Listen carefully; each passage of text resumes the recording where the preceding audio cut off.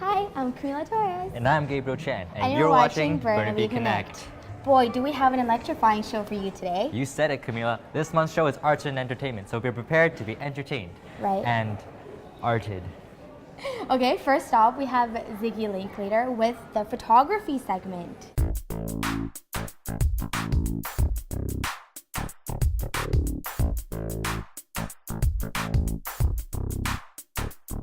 So my name is Ziggy Linklater. I'm a graphic designer and photographer based here in Burnaby, BC, and I work at a company called Vega. I design packaging, I work on photo shoots. I chose art as a career because I knew I wanted to go into something visual. Originally coming from the ASIC class, I studied film and broadcast. Coming out of that program, I knew I really wanted to get into the arts. So I went into graphic design for something a little bit different, knowing that I would always have my hand in photography. The best part about my job is going to work each day not knowing what the day is going to bring. One day I could be on set, directing a photo shoot. The next day I'd be working on the new website. And the next day I could be working on product packaging. And I just love that variance of creativity. And I love working amongst my peers as a team, just bouncing ideas off of each other and really expressing ourselves through art. I think the thing I like most about photography and design is that I feel like I don't have anything figured out. I'm always wanting to learn new tricks with software, new technology, and I never stay still in terms of learning. So I think that's the most important thing, to constantly keep learning and do what you love, no matter what.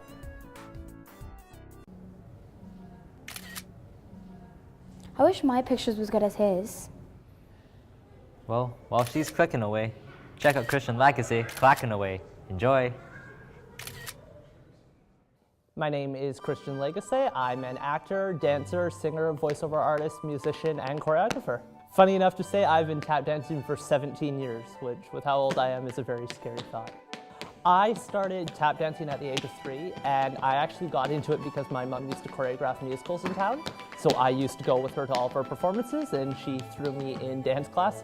Funny enough, I started in ballet, tap, jazz, all the standards. Tap was the one that I really enjoyed. So I've been studying ever since. I've studied at about 11 different dance studios around Vancouver, as well as gone down to train in LA at such studios as Millennium Dance, Debbie Reynolds Dance Studio. Tap has been special to me. I mean, I've trained in every style of dance pretty much there is out there: hip-hop, Broadway, stage, contemporary, ballroom, Latin, ballet. Tap has always been the one I've enjoyed the most.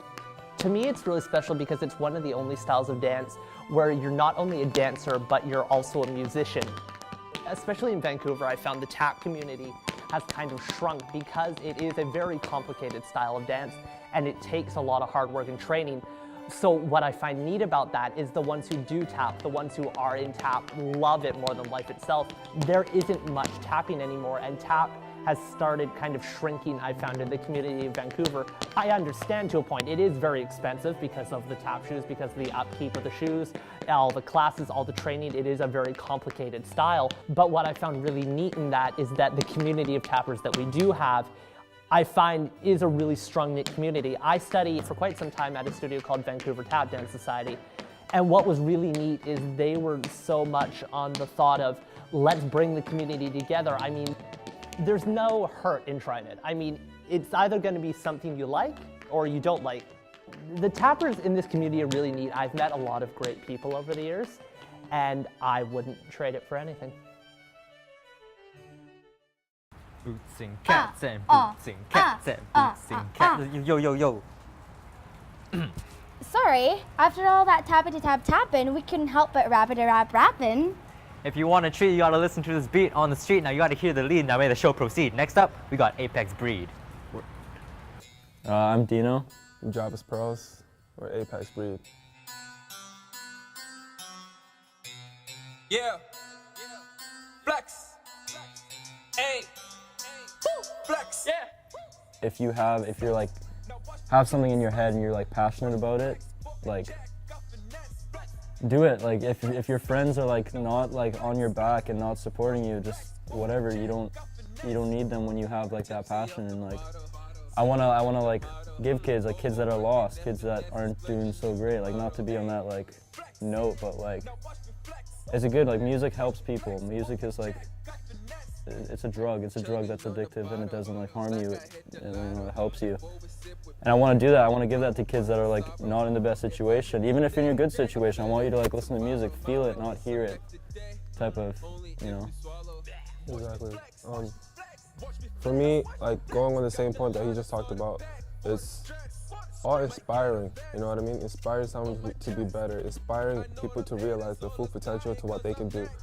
Because it's the same thing for me, like all the musicians that influenced me, that inspired me, you know what I mean? Like people like Kanye West, Travis Scott, A$AP Rocky, all these people inspire me to go to like my next level creativity, right? That's what I want to do for like the future. Like we're the future coming up, but the ones that are coming right up after us, like I want to make sure that like we set the bar high to creativity. Tipsy off the bottle, sipping with the model. Overworking, finesse, splurging is the motto. Wow, Apex Bree can really spit some rhymes that shine when they combine the fine lines at the fire time. Any thoughts from your mind? Well, actually, I do have one thought. I wonder what society thinks about arts and entertainment. That's a good question. Well, I gotta head to the studio now. Would you mind hitting the streets and asking around? Sure. I think arts and entertainment would be really like a free industry, like people are working in different kind of medias. I think art and entertainment to me is something we can have joy with, or we can pass a time from. It's how people express themselves and how they bring joy to other people's life by the way they express through music or paintings or cinema, drama, things like that. I feel like it's just a way of people expressing themselves, like what they love. I think that it's more so to do with music and movies. The way to reach people and connect people and bring culture and liveliness to the community. It basically has to do with their hobbies and like what they're interested in mostly. Like it's just a form of expressing themselves. People who want to pursue art as a career are very bold and confident because it's a hard thing to do. I think it's a bold move because there's no security in it, which is something that people struggle with nowadays, but I think it's great at the same time because you're most likely pursuing your true passion. I think that everyone should in some way. Everyone has some artistic talent, and I believe that the more people in the artistic community is always better. I think that they definitely should go for that if they're really passionate about that, because that's like a new choice of career. I would think so. If they're really passionate about that, just go for it. I guess they're great. They entertain us, so they pass the time really well. Be it movies, be it music, be it anything, even the news channels. I guess they're doing a pretty good job. Hi, I'm Gabriel Chan, and you're watching Burnaby Connect.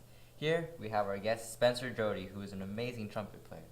So Spencer, could you give us a brief description on your relationship with music growing up? Yeah, sure. I started playing piano pretty early in elementary school. I was studying classical piano, the RCM curriculum, but it never really spoke to me. So in grade 6 or 7, I would say, I started learning pop tunes by ear, Coldplay or whatever was on the radio, and it went from there. Nice. So what sparked your interest in wanting to play jazz? Well, I was in jazz band, and I had never really heard real jazz before, but I heard a recording of Miles Davis on the album Kind of Blue, and I had never heard that sort of freedom and expression on the trumpet before, and so I found that really attractive. So how did you choose the trumpet as an instrument in the first place? Well, in grade 7, I picked the flute as my primary instrument, but I didn't really enjoy it, wasn't very good, didn't practice. So in grade 8, I wanted to continue with band, but I switched to trumpet just because it appealed to me for some reason. You do have a band, Solar. Could you just tell us a little more about that? Yeah, so we've been playing, I'd say, for 4 years, starting in grade 9. There's 6 of us. One of us is in grade 11, the rest of us are in grade 12. And we do gigs around the community.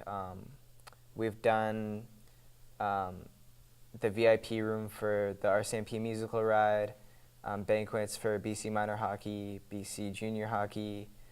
and every now and then we get paid, so it's pretty nice. And I hear you are in the Digital Sound ASIP program. Mhm. Yep. How's that going for you so far? It's been really different. It's a great experience because my experience with music technology is extremely limited. So it's been a good way to introduce me to that side of music, for sure. So you are in grade 12. What's the next step for you after graduation? Well, recently I started taking lessons with a trumpet player that I really admire and respect. So that was a big step for me, and I think it's going to be really useful. But as for next year, I'm planning on studying further at university, most likely either at Capilano University or McGill in Montreal. Awesome. So our society these days, we're really based on academics and accounting and business, but do you have any advice for any future generations who do want to pursue music as a career? I would say it's important to pursue what you want because the ultimate goal is happiness.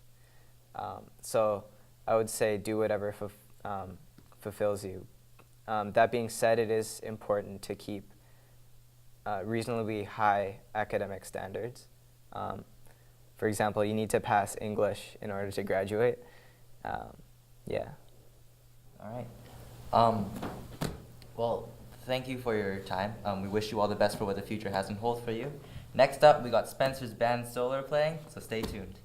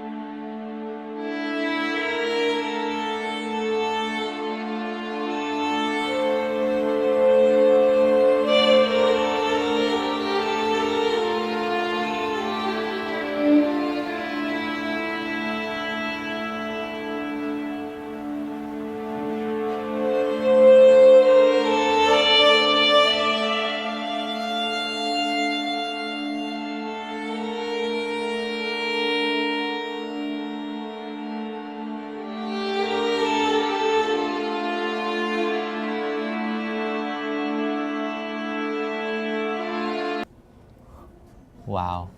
I wish I could do visual art like these artists. I'm sure you're not that bad. I got a C in art in elementary school. Well, you can take a few things from Emily May as she talks about art. Emily May, Take it away. My name is Emily May, and I am an interdisciplinary artist, and I'm also a fine arts student. The kind of art I do is ceramics, sculpture, and painting. I've always loved making things since I was a little kid, and I became interested in art probably in the 12th grade. The career path that I'm planning on taking is to become a visual artist first, and then an art therapist second. And art therapy is just helping people express their problems using art as a tool. Depending on what material I'm working with or what I'm trying to achieve, I get a great deal of satisfaction, especially if my piece conveys the message that I'm trying to achieve. Sometimes when you're making a piece, it can be really stressful or challenging just because things don't go the way you plan for it to. With ceramics, for example, sometimes the clay dries faster than you want it to, and the piece that you're making just breaks. So you can't be too attached to your art at the same time. But with painting, if you don't get the right look or what you see in your head, sometimes it's frustrating.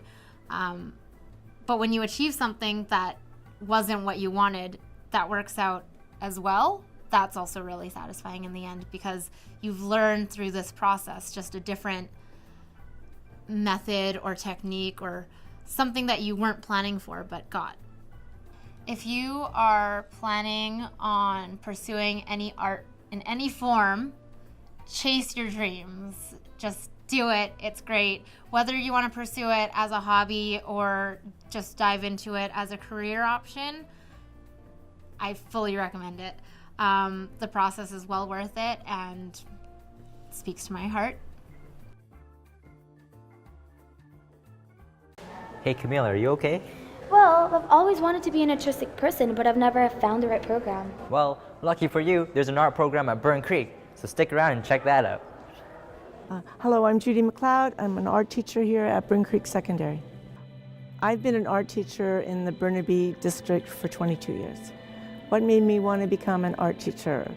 I love art, it's the love of my life, and I've been an artist all my life, and I wanted to inspire others in art. When I was little, my mother told me that when I first hold a pencil, I started to draw by myself. And I really love art because I really love to imagine. I love art. I love drawing, painting, and yeah, that's it. Is it difficult for students to find a career in art? I don't think so, because almost everything applies to art. In almost every dimension you can bring your creativity to it. And there's many careers in art. I had one student studying fashion design, and she got into Central St. Martin's in London, England, because she really admired McQueen's work. And many students have gone on to art. They love it, yeah. This year we've been doing a project, an art installation piece for the Vancouver Aquarium, and we did the jellyfish that you see above you here. We did 120 of them, and it's in a 2-story installation area at the Vancouver Aquarium. You can go there and see it now. It's beautiful. We did this one for Miss McQuaid, her dog Gizmo, and that's her. And then this one is the last project that we're doing. I like to draw people. I do art for fun because I like it.